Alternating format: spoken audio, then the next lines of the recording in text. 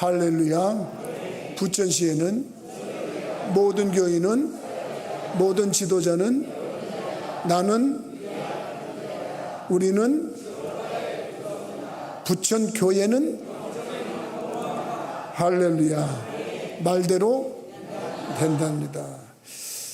오늘 맥주 감사절입니다. 사실 그래서 우리들이 좀 감사에 대해서 또 한번 생각을 해보는 시간 아니겠습니까? 감사절이니까. 근데 말입니다, 이상합니다.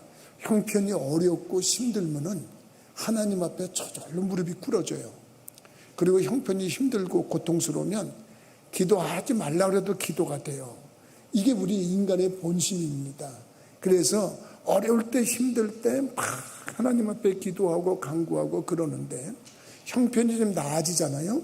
형편이 나아지면 이상합니다. 신앙이 더 올라가야 되는데 신앙이 떨어집니다. 기도도 싫어집니다. 예배 참여하는 것도 싫어집니다. 그래서 봉사하는 것도 싫어지고 하여간 교회에 대한 것도 귀찮아지는 그런 생각이 든답니다. 근데 오늘 본문의 얘기를 잠깐 소개해 볼까요?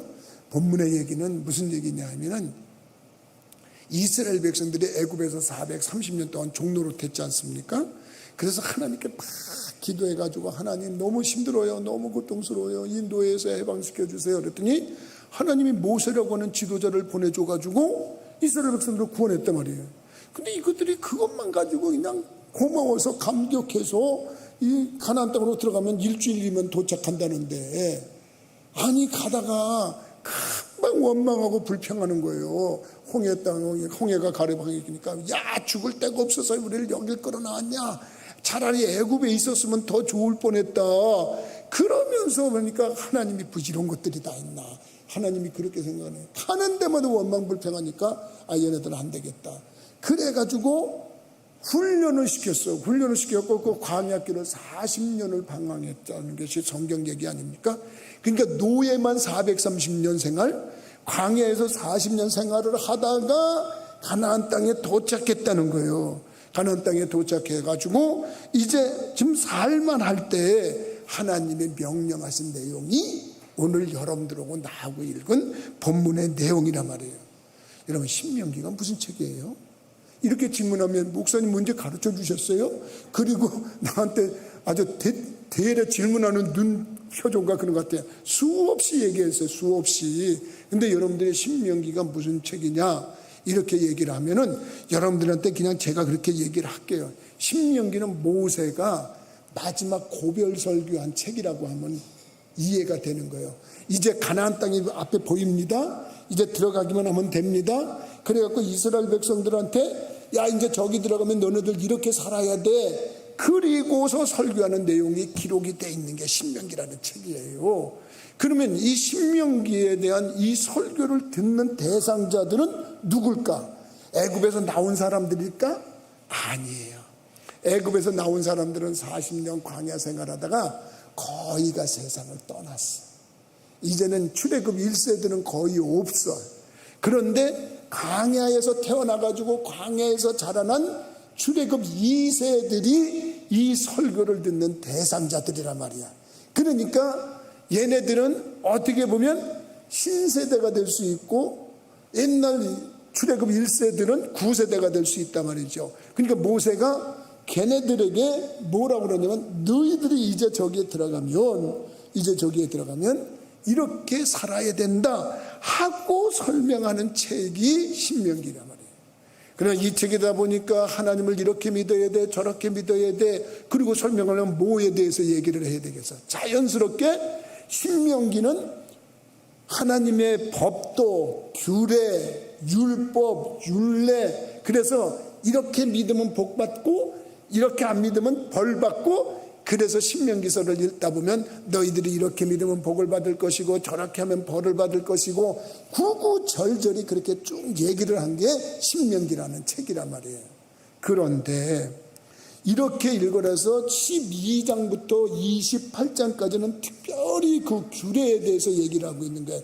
율법에 대해서 얘기를 한 거예요. 그래서 이스라엘 백성들이 잘 듣다가 저렇게 믿으면 복 받는 거구나, 아이고 저러면은 벌 받는 거구나 이러고서 귀담아 듣고 있는데 이제 26장 오늘 읽은 부분에서는 신명기가 거의 끝나가는 부분이란 말이야. 결론 부분이란 말이야.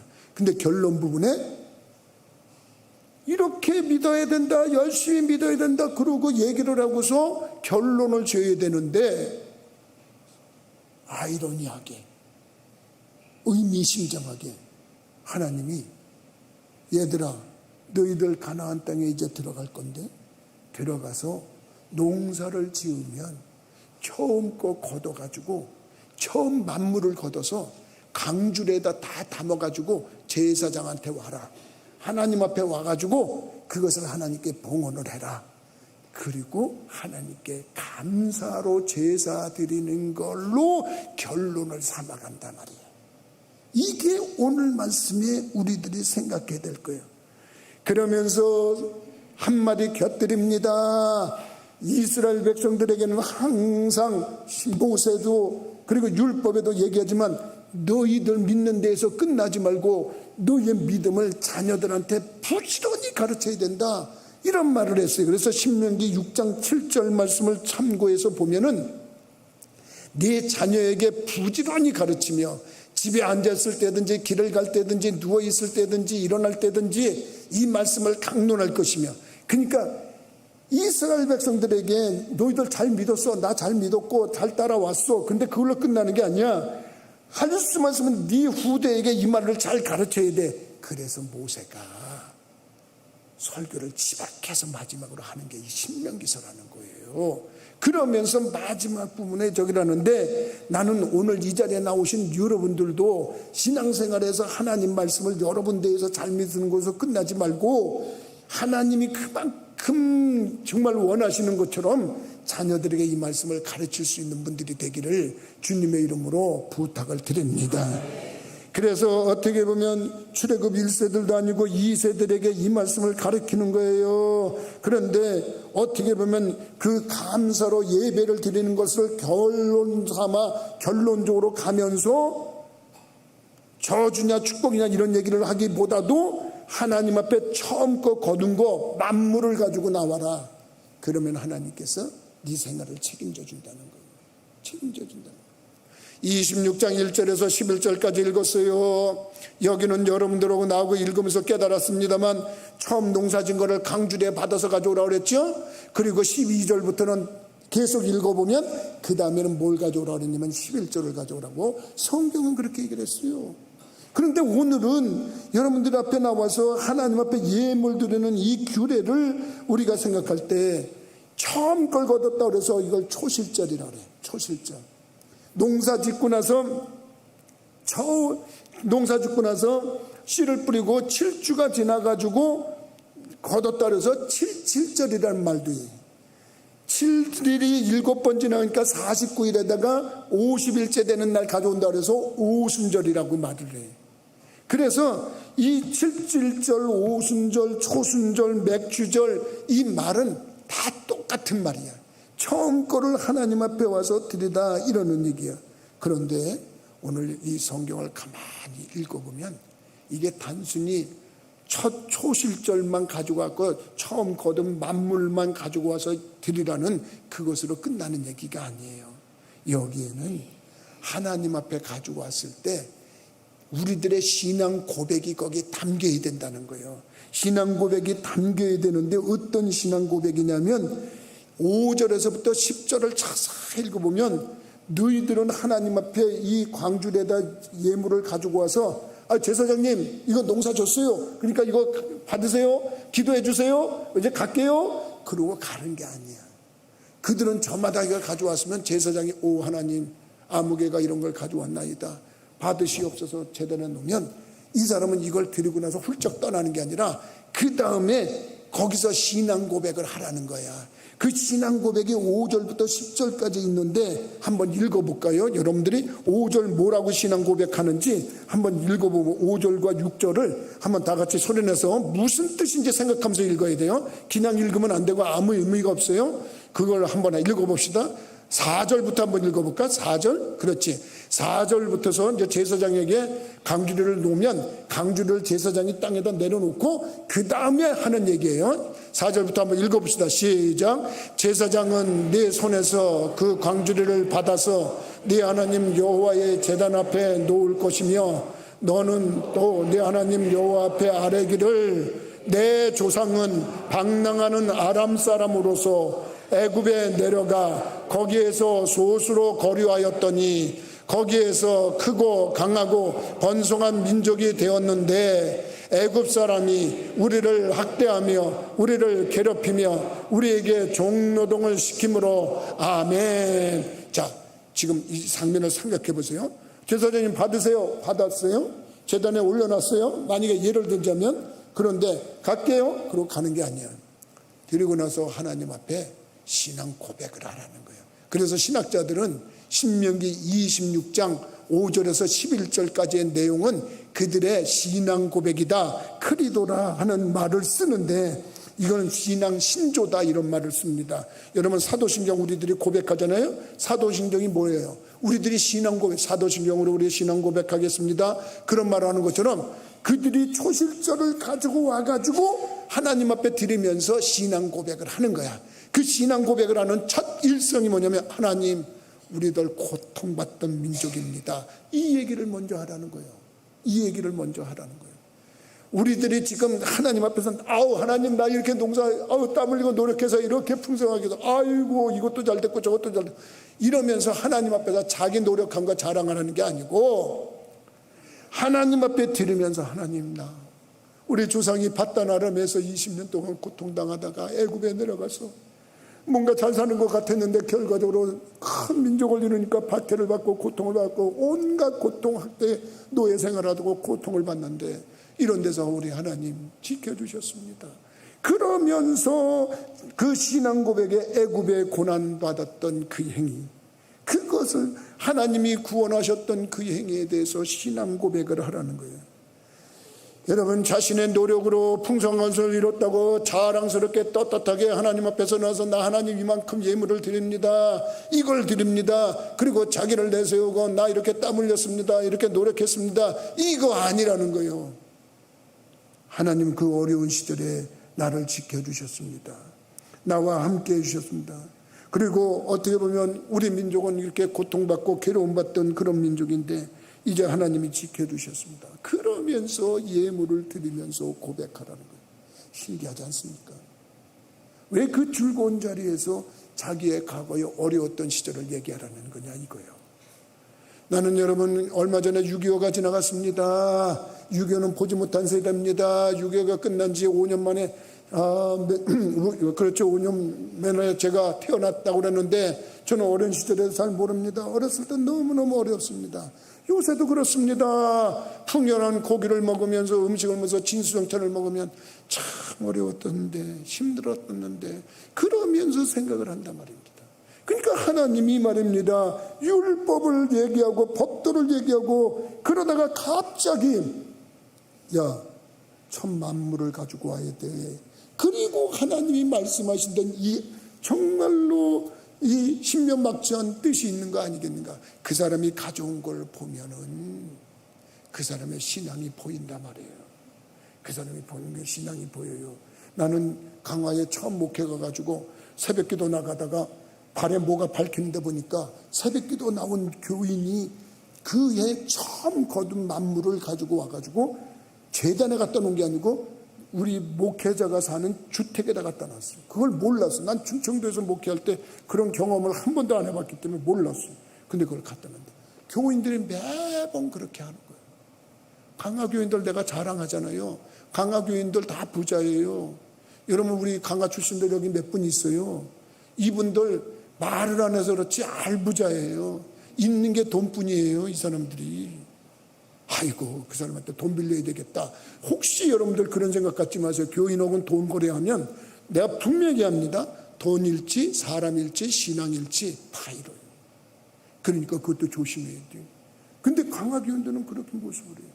내가 보니까 하나님이 왜 율법을 얘기하시고 엄히 꾸짖는 말씀을 안 하시고 엄히 경고하는 말씀을 안 하시고 왜 초실된 거 만물을 가져오라고 그랬나? 그걸 보면 그 사람의 신앙이 보인다는 거예요. 나도 그렇게 알아요. 내가 깜짝깜짝 놀랄 때가 있는데, 처음에 놀랄 때가 언제 놀랐냐면, 좀 이해하고 들으세요. 설날 지나고 추석 지난 그 다음 주에 어린애들 이름으로 11조가 올라오는 사람이 있어요. 어린이들 11조를. 이건 지금은 다 이름을 주일날 낮에는 호명하지 않습니다만, 전에는 작은 교회 때는 하여간 재단에서 이름이 호명되어지면 나는 복받는 이름이 된다고 믿는 목사예요. 경찰서에서 이름이 자꾸 불려지면 좋은 거 하나도 없어요. 경찰서에서 자꾸 이름이 불려지고 검찰청에 가서 이름이 자꾸 불려지면 좋은 거 하나도 없어요. 병원에서 자꾸 이름이 불려지면 별로 좋은 거 없어요. 근데 학교에서 선생님이 자꾸 불러주면 두 가지 중에 하나야. 잘나서 똑똑해서 공부 잘해서 불러주는 이름이 있고, 말썽만 부려서 불러주는 이름이 있어. 학교에서는 내가 다 그 경험을 해봐서 알아요. 근데 여러분, 하나님 앞에서 이름이 자주 불러진다? 나는 학교 다닐 때 선생님이 내 이름 불러주는 게 너무너무 고마웠어. 반장, 돈 많은 집 자녀들 이름은 많이 불러주는 것 같은데 나는 안 불러주는 것 같았어. 나는 고등학교 2학년 때 선생님이 나를 제일 많이 불러줘서 난 그분을 그렇게 존경한다고 내가 몇 번 얘기했어. 난 그분은 지금도 생각하면, 그분만 생각하면 난 행복이 저절로 해. 이 행복의 그 호르몬이 확 나와요. 난 그분을 생각해. 그때 왜 그분이 나를 그렇게 좋아했지? 그분이 왜 나를 그렇게 불러줬지? 그런데 학교 가면 그렇게 즐거울 수가 없었어. 똑같은 거예요. 재단에서 이름이 자꾸 불려지면 하나님이 불러주는 이름이고 하나님 앞에서 불려주는 이름이기 때문에 나는 복받는 이름이라고 믿기 때문에 새벽에 그렇게 헌금이 올라오던 내가 다 이름을 부르는 거예요. 하나님 들으세요. 이 사람들입니다. 그러고 다 얘기를 해요. 죄송해요. 나는 내 목회 스타일이 그렇다는 거예요. 그러니까 여러분들도 그렇고 나도 그렇고 이 예물을 했는데 추석 지났는데 설날 지났는데 어린애 이름이 올라왔어. 이야, 부모가 제대로 가르치는구나. 부모예요. 내가 놀란 게 있으면 여기 앉아있는 청년입니다만 군대 갔는데 군대에 있는데 11조가 올라왔어. 이게 뭐야? 아니 군대 생활하는데 어떠시면 군대에서 월급 받은 11조가 올라. 그럼 나는 뭘 느낄까? 이 친구가 믿음이 있네. 믿음이 있는 게 깜짝 놀란 거예요. 아니, 그걸 보면 내가 이 사람이 믿음이 있구나. 그러니까 이렇게 저기랑. 근데 청년들 중에 정말 믿음이 있어서 11조 올리는 청년들이 있어요. 그러면 내가 참 교회에서 얼굴도 잘 안 보이는데 그래도 믿음은 있었네. 그런 청년도 덜어 있어. 근데 반대 현상도 있습니다. 열심히 교회에서 말도 많고 아는 거 많고 잘난 척 많이 하고, 그런데 깜짝 놀랐어요. 연말에 그 기부금 영수증 있잖아요. 그 연말에 기부금 영수증 떠달라면 다 떼주니까 언제든지 신청하세요. 근데 어떤 분이 목사님 기부금 영수증 좀 해주세요. 그래서 네 그러죠. 그래갖고 다 뜬다. 깜짝 놀랐어요. 기부금 영수증을 뜨는데 그냥 진심으로 얘기할게요. 너무 헌금을 안 했어. 근데 이걸 갖다 낸대. 근데 그 사람은 자기가 낸 것보다 좀 많이 떼어달라는 식으로 나한테 얘기를 했어요. 절대 안 됩니다. 교회에서 그런 식으로 하면 안 됩니다. 그래서 내가 그 액수로 그냥 해줬어요. 난 그거 갖다 제출하기도 부끄러울 것 같아. 그래서 내가 이 사람 말은 많은데 그냥 행동은 지가 다 교회에서 잘 믿는 것 같은데 이런 면이 있었구나. 그러고 내가 놀라는 거야. 그러니까 어떻게 보면 이 하나님께 드려진 걸 보고 판단이 될 때가 가끔은 있어, 나는. 근데 하나님이 천물을 가져오라는 거예요. 강주리에 담아갖고 오라는 거예요. 그래가지고 강주리에 가져와서 하나님 앞에 드리라는 거예요. 근데 거기에는 의미가 있는 거예요. 그것을 하나님이 볼 때에 여러분 그 사람의 신앙의 모습이 보입니다. 나는 말이죠, 강에서 목회할 때 저번에 한번 얘기했습니다. 그분이 권사님일 때입니다. 집에 있는데 목사님 계세요 그러면서 막 왔어요. 그래서 나가보니까 권사님이 허겁지겁 작업복을 입고 왔어요. 온몸에 땀을 흘리면서. 근데 뭘 이렇게 한 버터리 싸갖고 왔어요. 왜 그래요? 그랬더니 신문제들이 그냥 두루두루 싸갖고 왔어요. 보니까 6년근 인삼을 이만큼 싸갖고 오는 거예요. 목사님 이거 좀 받으세요. 이거 첫 소산민인데 이건데 근데 목사님 아시죠? 이 6년근은 우리 거라고 아니에요. 우리가 농사 졌어도 다 수매됐기 때문에 이거는 우리가 이거 거둘 수 없는 거예요. 근데 하나님이 주신 거니까 내가 이거 목사님 갖다 드린다고 얘기하고 허락받고 가져온 거예요. 그러면서 이렇게 가져. 와, 내가 그때 그걸 보고 감동을 받았어요. 내가 그거 받아서가 아니라 야, 이게 강화의 신앙이구나. 강화교인들의 신앙이구나. 처음 거를 생기면 먼저 하나님 앞에 드려야 된다고는 그 믿음. 그러니까 주의 종인 내가 감동을 받는데 하나님이 너 가나안 땅에 들어가서 처음 농사 진 거 있지? 그거 가지고 강줄에 담아서 제사장한테 가져와. 그러고 얘기하는 부분이 뭐가 그렇게 지나치냐 이거예요. 하나님이 그 믿음 보겠다는 거 아닙니까? 그 믿음 보겠다는 거예요. 거기에는 그런데 그걸 갖다 놓고 자랑스럽게 나 이만큼 드렸다, 나 이만큼 냈어, 이런 게 아니라 하나님, 우리 조상이 과거에 너무 애굽에서 종소를 탈 때 고생 그렇게 고통 속에 있었고 광야 생활을 그렇게 했는데 하나님이 지금 이곳에 오게 하셔서 이렇게 거뒀습니다.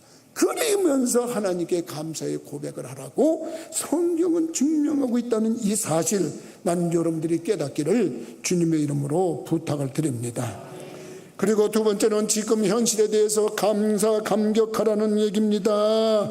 7절을 말씀을 한번 상고해 볼까요? 7절의 말씀에 우리가 보면은 우리 조상의 하나님 여호와께 부르짖었더니 여호와께서 우리 음성을 들으시고 우리의 고통과 신고와 압제를 보시고 여호와께서 강한 손과 편팔과 큰 위엄과 이적과 기사로 우리를 애굽에서 인도하여 내시고 이곳으로 인도하사 이 땅 곧 젖과 꿀이 흐르는 땅을 주셨나이다. 믿으시면 아멘 하십시다.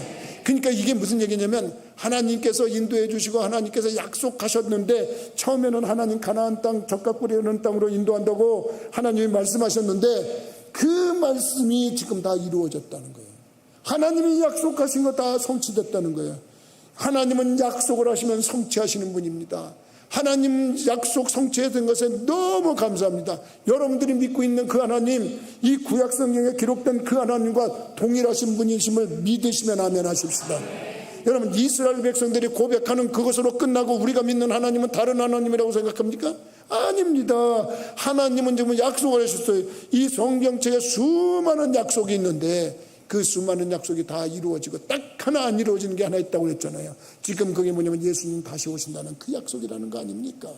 그러니까 지금 가나안 땅에 여러분 430년 동안 노예 생활을 했어요. 40년 동안 광야 생활을 했어요. 그들의 삶 속에 하나님의 약속은 언제 이루어져요? 그들이 고민할 수도 있었을 거란 말입니다. 그런데 시간이 지나고 보니까 이루어졌네.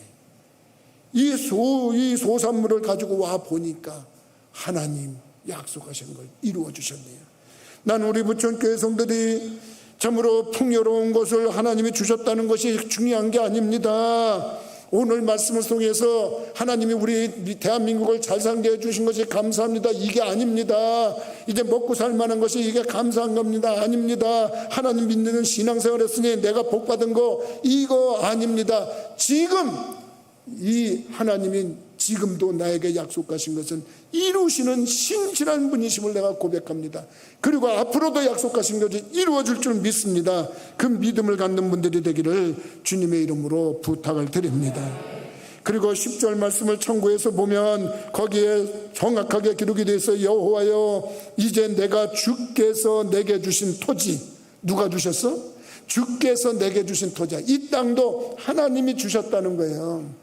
이 땅을 하나님이 주셨는데 하나님이 주신 땅 위에서 하나님이 이렇게 소득을 거두게 하셨다는 거예요. 그러니까 어디서부터 왔냐? 하나님으로 왔다는 고백이라는 거예요. 오늘 제대로 여러분 맥주절 감사 예배를 제대로 드릴 때 하나님, 내가 이 땅에 올 때 빈손 들고 왔습니다. 와보니까 지구가 있고 와보니까 태양이 있고 와보니까 하늘이 있고 와보니까 바다가 있고 산이 있고 와보니까 다 있네요. 이거 다 하나님이 주신 겁니다. 이렇게 고백한다면 그 하나님 기뻐 받으시면서 더 많은 것을 여러분들에게 주시고 싶어지는 마음 들지 않겠어요? 나는 여러분들이 하나님 앞에 현재의 삶에 대해서 고백하는 분들이 되기를 주님의 이름으로 부탁을 드립니다. 마지막으로 하나님 앞에 우리들이 고백할 때 하나님 이 첫 소산물을 주셨다는 거 정말 너무너무 감사한데, 따지고 보면 여러분 첫 소산물 외에는 뭐가 따라온다는 게, 수확물이 따라온다는 거 아니겠어요? 여러분 이 첫 수산물로 그냥 끝나는 걸까요? 따라오는 추수물이 있다는 거예요. 지금 이건 처음 거 거둔 거예요. 이제는 앞으로 거둬야 될 게 더 많이 따라온다는 거예요. 믿으시면 아멘 하십시다. 여러분들은 오늘 맥주 저 감사헌금에 그 내는 그 무슨 예물을 가지고 인색하거나 어렵거나 인색하고 짜증스럽게 생각하는 분들은 이 뒤에 거에 대해서 모르는 거예요. 이걸 드리는 분들은 이 팔로우가 따라오는 추수물이 엄청나다는 믿음을 가진 거예요. 여러분 생각해 보세요. 이 첫 소산물이 그만큼 중요한 거예요. 그래서 예수님도 별칭이 하나 있어요. 예수님이 첫 소산물이래, 첫 열매래. 여러분 그런 말씀 있는 거 혹시 아세요? 예수님께서 첫 소산물이라고 신약성경에 분명히 기록을 하고 있는데, 내가 신약성경 말씀을 찾아서 보니까 고린도전서 15장 20절에 다 같이 한번 읽어봅시다. 시작. 그러나 이제 그리스도께서 죽은 자 가운데서 다시 살아나사 잠자는 자들의 첫 열매가 되셨도다. 아멘. 믿습니까? 예수님이 첫 열매가 되셨대. 그러면 예수님 뒤에 추수할 물이 있다는 게 없다는 거예요. 여기는 큰 의미가 있는데요. 여러분 그 성경 구절 한번 띄워놓으시기 바랍니다. 그 보면은 그러나 이제 그리스도께서 죽은 자 가운데서 다시 살아났다. 여러분 잠자는 자들의 첫 열매다. 우리는 다 죽었다 그래요. 근데 그리스도 안에 있는 사람들은 잠잔다고 성경은 기록이 되어 있어. 그러면 잠자는 사람은 언젠가 깨어날 때가 있다는 거예요. 여러분들하고 나하고 이 땅에서 다 죽을 건데, 다 죽은데 세상은 죽었다 그럴지 몰라도 하나님에서 보실 때는 자는 거야. 자는 건데 깨어날 때가 있대. 근데 그 첫 열매가 누구냐? 예수님이었다는 거예요. 예수님이 돌아가셨다가 다시 일어났잖아요. 부활했잖아요. 이 사실 믿으십니까? 그러면 여러분들이 예수님이 십자가에서 우리의 죄를 위해서 죄값을 치르기 위해서 보혈을 흘리고 돌아가셨는데, 그걸로 내가 니들 죄를 갚았다? 그럼 나 죽는다? 그리고 끝났다 그러면 그게 갚아진 거예요? 다 똑같은 거지. 그런데 예수님이 살아나셨다는 거예요. 갚고 살아나셨는데 이게 첫 열매라는 거예요. 그러면 뒤에 따라오는 추수물이 있다는 거예요. 그게 누구냐? 우리들이라는 거예요. 우리들이 잠자고 일어난다는 거예요. 그러면 우리들이 하나님 앞에 나와서 예물을 드릴 때마다 예수님을 생각하면서 그런 신앙 고백이 담기면 얼마나 기뻐하시겠어요. 하나님, 예수님께서 우리를 위해서 십자가에 못 박혀 돌아가셨다가 어떻게 보면 첫 열매가 되셔서 부활하셨는데 우리들도 다 마지막 날에 부활될 줄 믿습니다. 너무 감사합니다. 그리고 예물을 드린다면 우리 하나님 기뻐하시는 거 믿으시기 바랍니다. 마지막으로 여러분, 오늘 말씀 시간이 없어 다 전하지 못합니다만 잔치하라고 성경은 기록이 되어 있습니다. 누구하고 잔치를 하냐? 여러분 11절 말씀 한번 다 무슨 뜻인가 생각하면서 한번 읽어봅시다. 11절 말씀 다 같이 시작. 내 하나님 여호와께서 너와 내 집에 주신 모든 복으로 말미암아 너는 레위인과 너희 가운데 거류하는 객과 함께 즐거워할지니라. 아멘. 여기서 레위인과 객과 함께 즐거워하라. 이거는 잔치하라는 거예요. 베풀라는 거예요. 레위인은 누굽니까? 성전에서 일하는 사람들이에요. 여기 처음 믿는 사람들을 위해서 내가 설명해 줍니다. 하나님께서 12지파를 땅을 분배하실 때 다른 지파에는 땅을 다 나눠줬어요. 그런데 레위 지파는 땅을 주지 않았어요. 땅이 없는 사람들이에요. 나그네, 객이라고 하는 건 나그네요. 이방인이요. 와서 농사 짓는 사람들이 아니에요. 얻어먹는 사람들이에요. 객은 항상 불쌍한 사람들이에요. 성경에서 나그네라고 그러면 고아나 가부나 3대 불쌍한 사람들이요. 이 사람들을 도와주라는 거예요. 성전에서 일하는 사람들은 우리들이 갖다 드리지 않으면 생활할 수가 없는 사람들이요. 그러니까 그 사람들하고 나그네들하고 어려운 사람들을 불러다가 잔치하라는 거예요. 그들을 베풀라는 거예요. 다시 말하면 여러분들 받은 복으로 사람들에게 나눠주세요. 여러분 물은 흘러야 썩지 않는 거예요. 여러분들이 하나님께 복을 받으면 그걸 어떻게 하든지 참 어려운 사람들 나눠주는 거예요. 우리 부천교회는 신용을 하고 있어요. 무슨 신용을 하고 있냐? 무료급식을 하고 있잖아요. 그리고 우리는 선교를 하고 도와주고 있어요. 어제도 네팔의 선교사 조영경 선교사님하고 이해덕 선교사님 오셨어요. 그래가지고 같이 식사하고 선교비 줘서 보내드렸어요. 그전에는 인도에 그레이스 찬두란 목사님 오셨어요. 그분들 해서 보냈어요. 우리가 받아서 그분들한테 주면 그분들은 그걸 받고 기쁨과 즐거움으로 복음을 전하는 사역에 뛰어든단 말이에요. 열심히 하고 있단 말이에요. 받아서 내 것만 하지 말고 나눠주란 말이에요.